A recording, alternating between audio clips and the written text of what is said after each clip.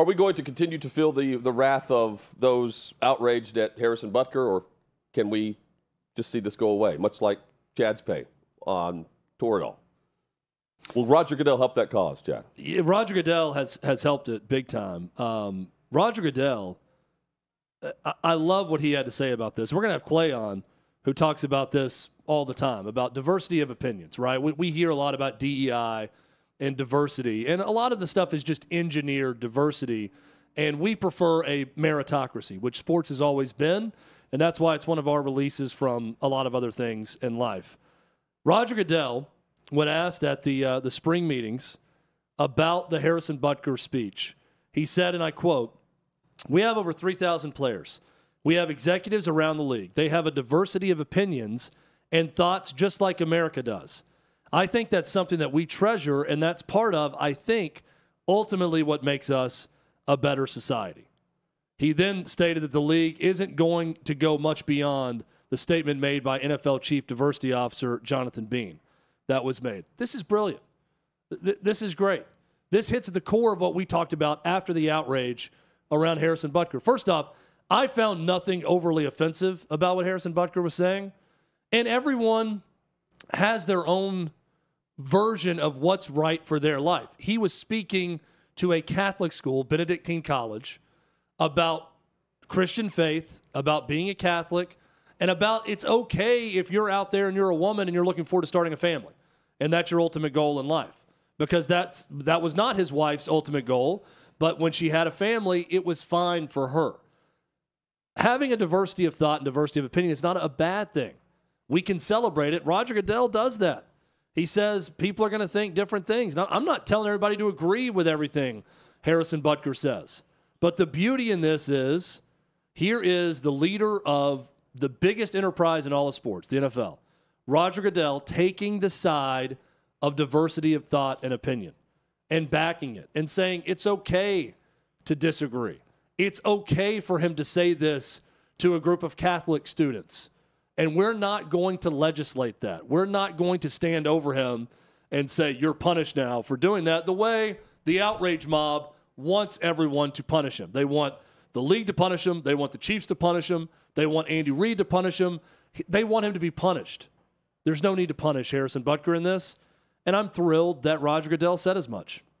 Chad, I opened the show yesterday, and you were going to do this yesterday with just the general response. Yeah, ESPN financially, Disney backs Anscape with the opinion that there was also racism involved with the reaction from Rodger Goodell and company, the NFL, and why they didn't come out harsher on the statement that was released through the NFL, slap on the wrist, I believe is what it's called, up against Harrison Butker. And yeah, the difference here is Harrison Butker's not costing the league money. Yeah, no, I read that yesterday based on what you said. And we got to get past this whole part of it. Like, you can have your opinion on Colin Kaepernick, and I'm not going to tell you whether you're wrong or right. He absolutely has a right to protest, how he wants. But when you do a protest, this is what people have a hard time understanding. When you do a protest during a company time where you're playing in the NFL as an NFL player and you're a backup quarterback at the time that starts this, and it costs the league viewers and it costs them a headache, your employer has the opportunity to do something about it. That's the difference. Well, now, if someone's going to say Chiefs games are going to be lightly attended this year because people aren't going to want to see Harrison Butker, or their road games aren't going to be watched because people are going to boycott Harrison Butker, and that becomes a problem, okay. Then we can make the comparison between the two. Okay, but that's not going to happen. This is more so the Kaepernick example. What no one points to in the argument that they expressed their opinion and then then Kaepernick was out of the league, right? Yeah. There were other players who took a knee, and those players, like you're saying, Chad, if they're good and they're going to help you win, and you're not going to be some media distraction as a backup, you're going to be on a roster. You're going to help that team make money. You're going to be able to make the league overall. You're right. The Chiefs, they just want this to be a 24-hour news cycle and move on. But when you compare the two, one is vastly different than the other. So different. And the difference in skin color is what some in the media are trying to make this out to be in the response to what the NFL has said publicly. And to me, I said yesterday that it was put right there, just propped up on a tee, ready to be hit right down the fairway. If you're looking for a lazy column from an organization, an outlet that's looking to find, manufacture, or produce the racist element into controversy. And that's exactly what happened here. That's it. That's all that was in terms of the comparison there. And then you want to just look at the response of some going to the White House, Karine Jean-Pierre, and the White House press secretary getting this question from MJ Lee of CNN. Okay. Thanks, Brian. Can we still assume that the Kansas City Chiefs will be visiting the White House this year in celebration of their Super Bowl victory? So what I can say is all the team, per usual, when there is a championship team gets invited. I don't have anything to add on if their attendance or how that looks, but the team is always invited. Everyone on the team is invited. I just don't have anything beyond that. So can you confirm, you said everyone on the team is obviously invited. Is the Chiefs kicker Harrison Butker welcome at this White House? What I can say, you would have to obviously. What I can say is we invite the entire team, and we do that always. I don't have anything beyond that. Given his recent comments, is he specifically welcome at this? We invite the team. We invite the team. It's an invitation that goes to the team, and so it's up to the team who comes and who doesn't come. Up to the team. Works. Is he specifically invited to this White House? I read I had to go back and check. I wanted to double check that the White House website still said exactly what the White House represents. Okay, and it's still on this the website. This is from the White House website. WhiteHouse.gov. Definitely don't go to WhiteHouse.com. Remember that back in high school? Yep. The White House is where the President and First Family of the United States live and work. But it's also the people's house, where we hope all Americans feel a sense of inclusion and belonging. So how is this response, this outrage by some, and the questioning there from CNN reporter MJ Lee, how is that inclusive? If that's how the is mission, that indicative of the people's house, as they said? Right. Over expressing a religious belief where, I mean, if Harrison Butker was a member of the Church of Scientology, if he was Mormon, if he was Muslim, if he was Jewish, but the fact that he's in front of a crowd saying words like, you need to be the, what would be anti-trans or anti-woman, misogynistic. An opinion of some, but not an opinion of Harrison Butker. And because the opinion doesn't line up with those that are looking for ways to always find controversy, well, all of a sudden there's controversy. But you find it with randomly. There's the column from someone covering sports discussing misogynistic comments by a player. And I would also mention, we believe Harrison Butker should be blocked from attending the White House for the Super Bowl celebration. I mean, bring up the fact that President Joe Biden is Roman Catholic. Yeah. Kamala Harris was raised Baptist. Are they going to be present for the celebration of the Kansas City Chiefs? Are they welcome at that White House? Yes. It's bizarre to me how some will jump to this end of the argument and go and ask a question about whether or not Harrison Butker is welcome and represents this White House. I love the tone from the woman asking the question. By the way, 2 or 3 follow-ups, which is impressive. She got all those in. Really wanted to hammer home that you were actually going to allow this misogynistic terror of a man, Harrison Butker, to be in here. That's the tone that I got from the way she was asking the question. It's stupid. It's all very, very stupid. And I'll say this, too, about Harrison Butker and Colin Kaepernick and when is it okay to be inclusive and when is it not? And if you're going to espouse inclusion, you got to be able to do that with people that you disagree with also and all these things. If Harrison Butker decided to make these comments and start a big protest on behalf of all Catholics across the National Football League and they kneeled for the national anthem and then that led to something that hurt the bottom line of the NFL, then I could back you with, okay, how is this guy still on a roster and then not Colin Kaepernick, right? But that's not what he's done. He spoke to a group of graduating Catholic students at Benedictine College, and he talked about Catholic values. Again, there's very different parts of this.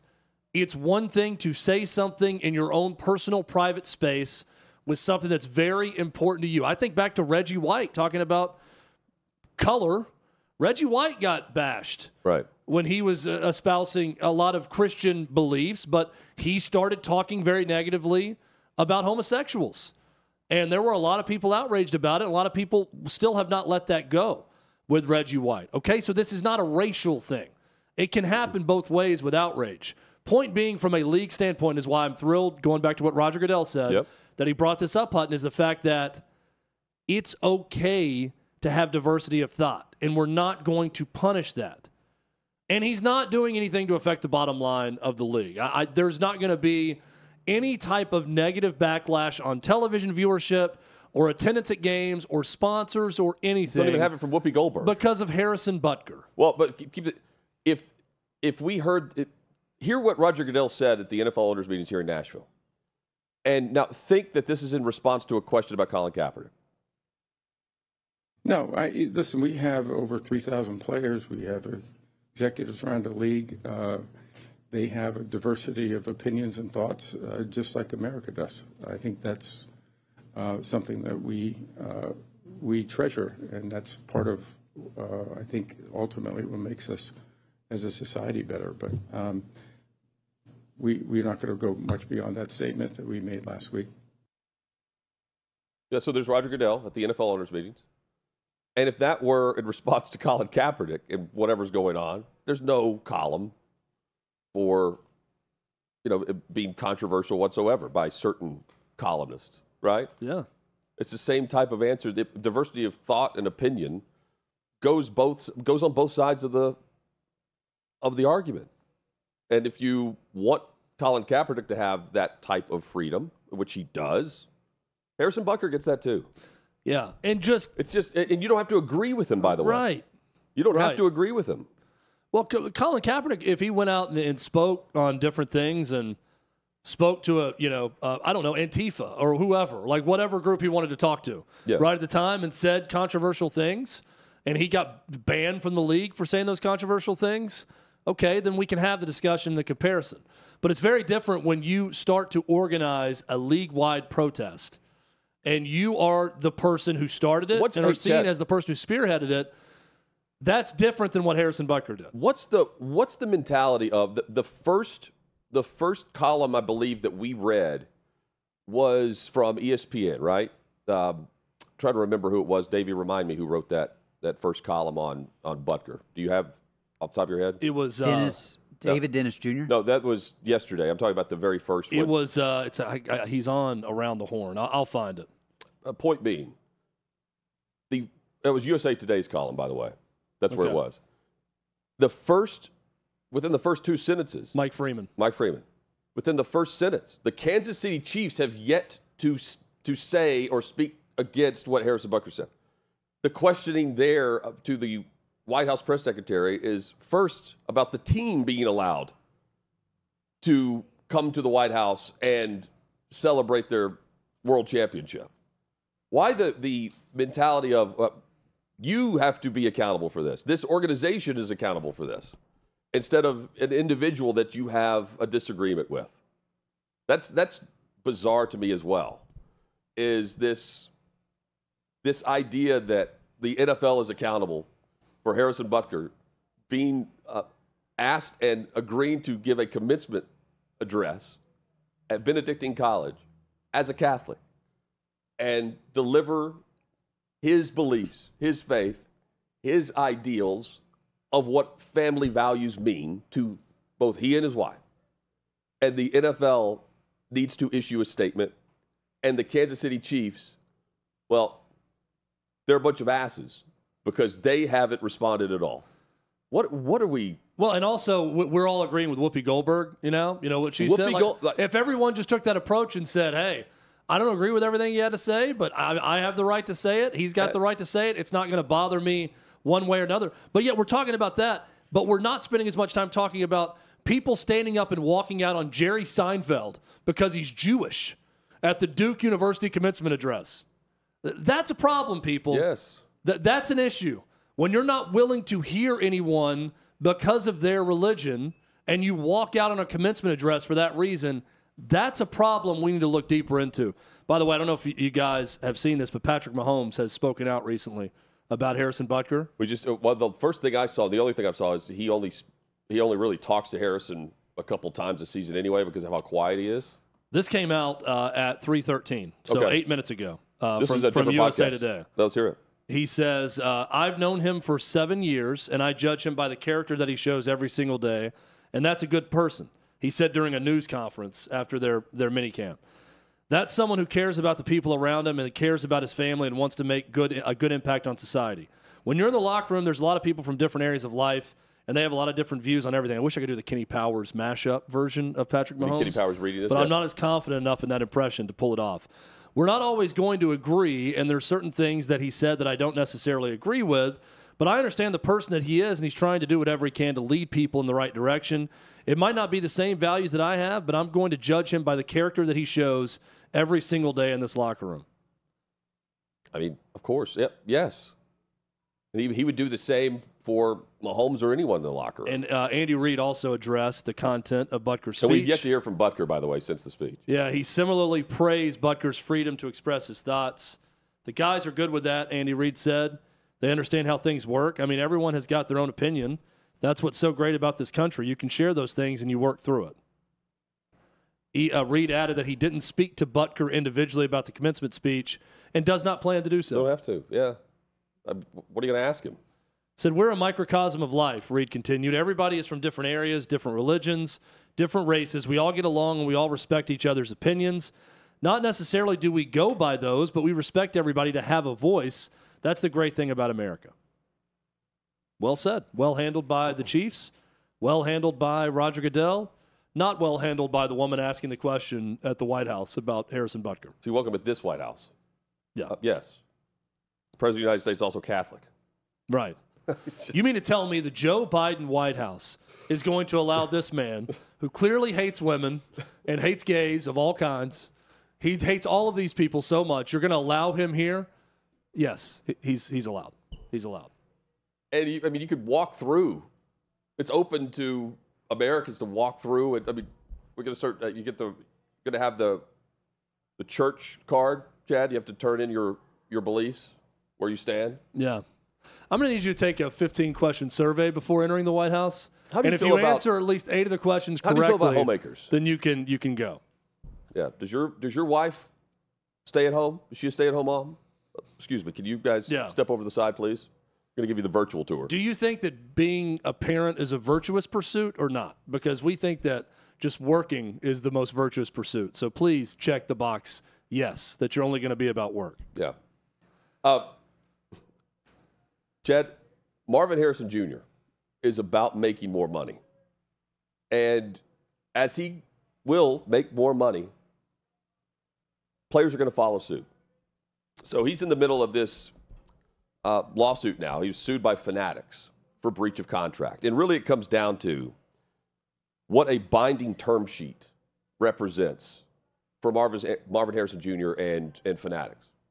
Because Fanatics says that he's already been in breach of contract since May of 2023 when he signed this deal with Fanatics.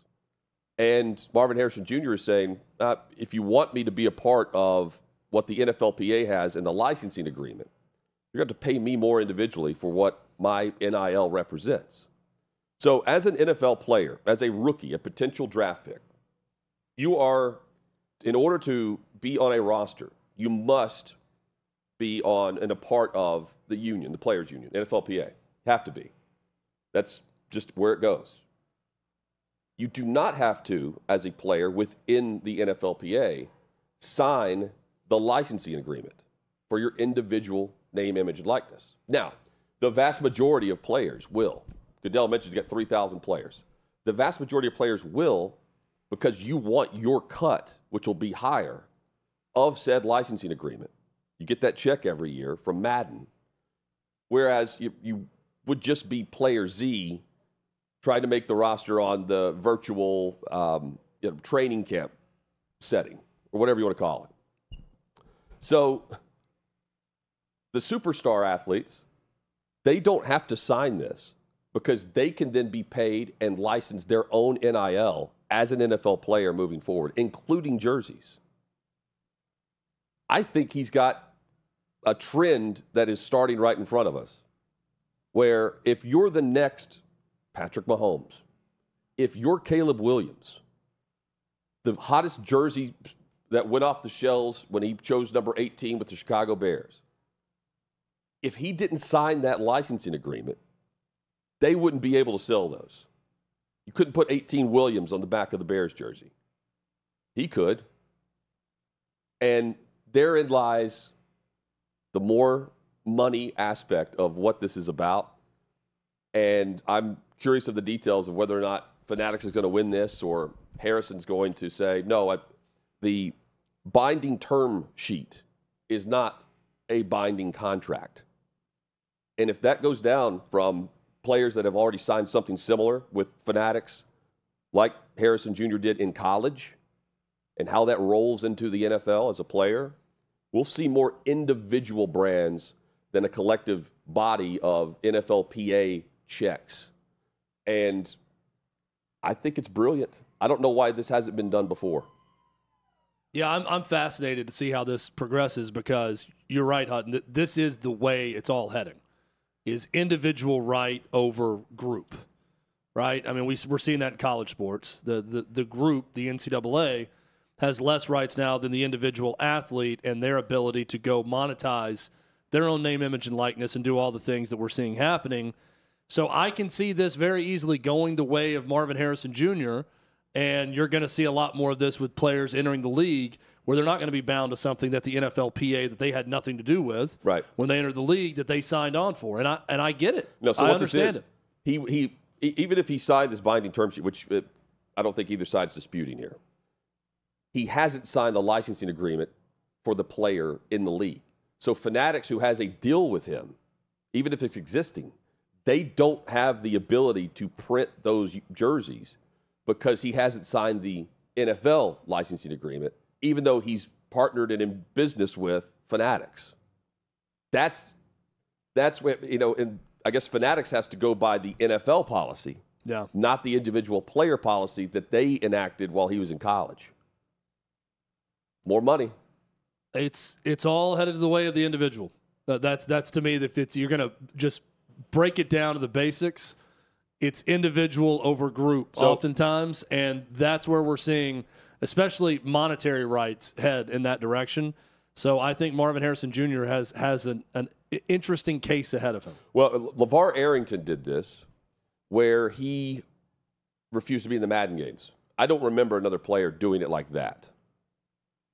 So, Davey just says, TNT Sports, I'm going to open this image if it'll open. And right now, of course, Chad, as soon as I need the internet, it's gone. It always works that way. It's like when I need a functional kidney. There you go. It never works out, TNT Sports will exclusively televise 2 first-round games for the college football playoff. So this is the first of the deal with a sub-license from ESPN, where they got the rights and they were going to go and sell it to someone. So now, and this is the extra 2. So this is what they tacked on these 2 games right as they were about to finalize the college football playoff ESPN television contract. It was at 12, then they're automatically going to 14, and they're enacting this starting in 2026. So what are we, 2 years away from 14? Yeah, and this is a quote from Luis Silberwasser, who's the chairman and CEO of TNT Sports. Say Love that again? name. Luis Silberwasser says, we're delighted What to do reach he this thinks agreement. about Harrison Butker? Pro. I'm just saying, everyone's got to have an opinion, right? Yeah, that's true. They should ask him to follow up on this. Yeah, and also, me. I'd like to comment on Harrison Butker once he gets Is he allowed to watch these broadcasts? Yeah, everyone is allowed in America to watch these playoff games except Harrison Butker. He says, and I quote, we're delighted to reach this agreement with ESPN, providing TNT Sports the opportunity to showcase these college football playoff games on our platforms for years to come. TNT Sports aims to delight fans and give maximum reach and engagement for these marquee games. That from Luis Silberwasser, the CEO of From TNT Luis Sports. to Davey Hudson with more details.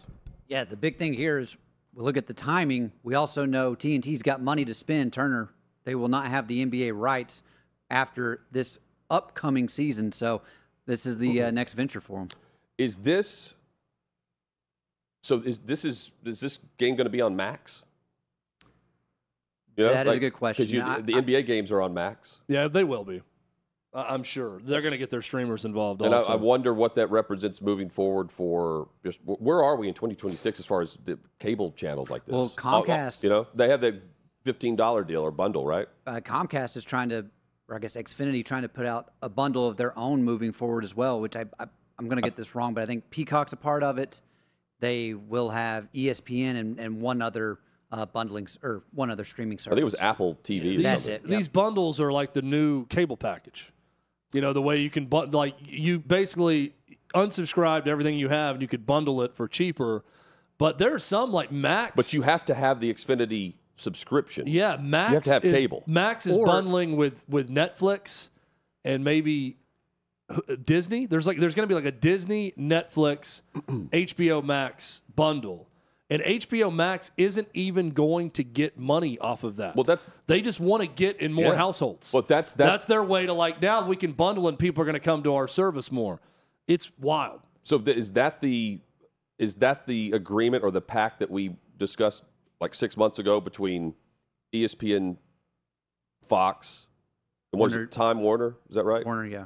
Is that what you just mentioned? I wonder. Yeah, it's the same I don't groups. know. And in this case, Xfinity has this $15 bundle, but you have to have their cable service in order to get it. Now, do you have to have the cable service, or they might make it to where it's just internet if you purchase internet through them? Because that's also an option. I could be.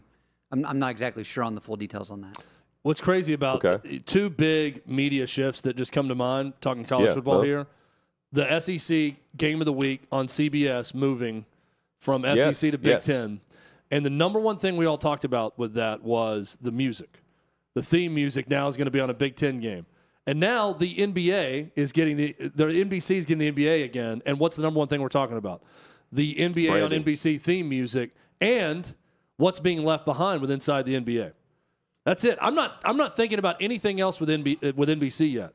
Who's going to be calling the games? Any of that stuff. I am more concerned about the theme song and inside the NBA making a move.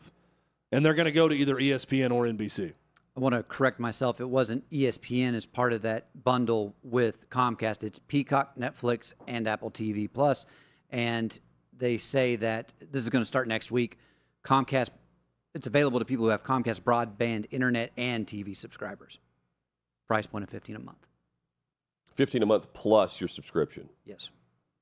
And then there's more packages above $15. So they're going to staircase what they're allowing you to get on their streaming package. Let me go and tell you, when all this stuff is done, take a second mortgage out. That's how much all of it's going to cost to put everything together to see everything you want to see. You'll end up paying about the same with this as you would the other, the individual I don't think streamers. So.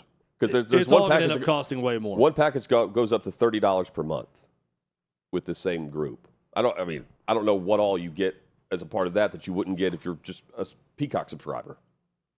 That's what I mean. I know it was less when all you had to subscribe to was cable. And that was it. You got all the big games then. Can we just have Netflix purchase everyone? Everybody's on Netflix anyways. I know. They're turning the profit. Everybody's kind of quiet on Aaron Rodgers with the Jets. Isn't that weird?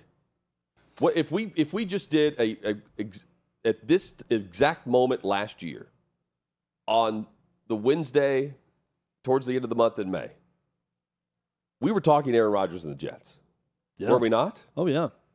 And we're doing it now, but in a much different, it's not expectation, it's just hype.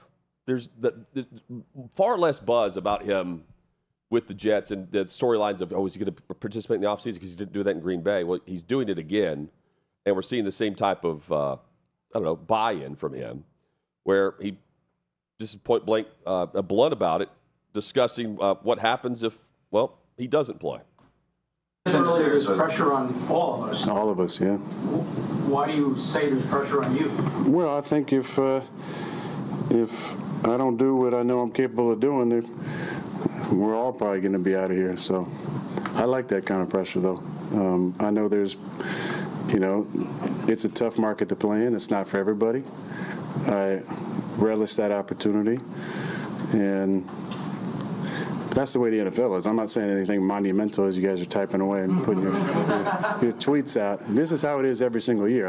You might not say it, but as you get older in the league, if you don't perform, they're going to get rid of you or bring in the next guy to take over. I mean, it happened in Green Bay. So, and I'm, a few years older than I was back then. So I expect to play at a high level. I expect this to be productive and competitive and all that stuff to take care of itself.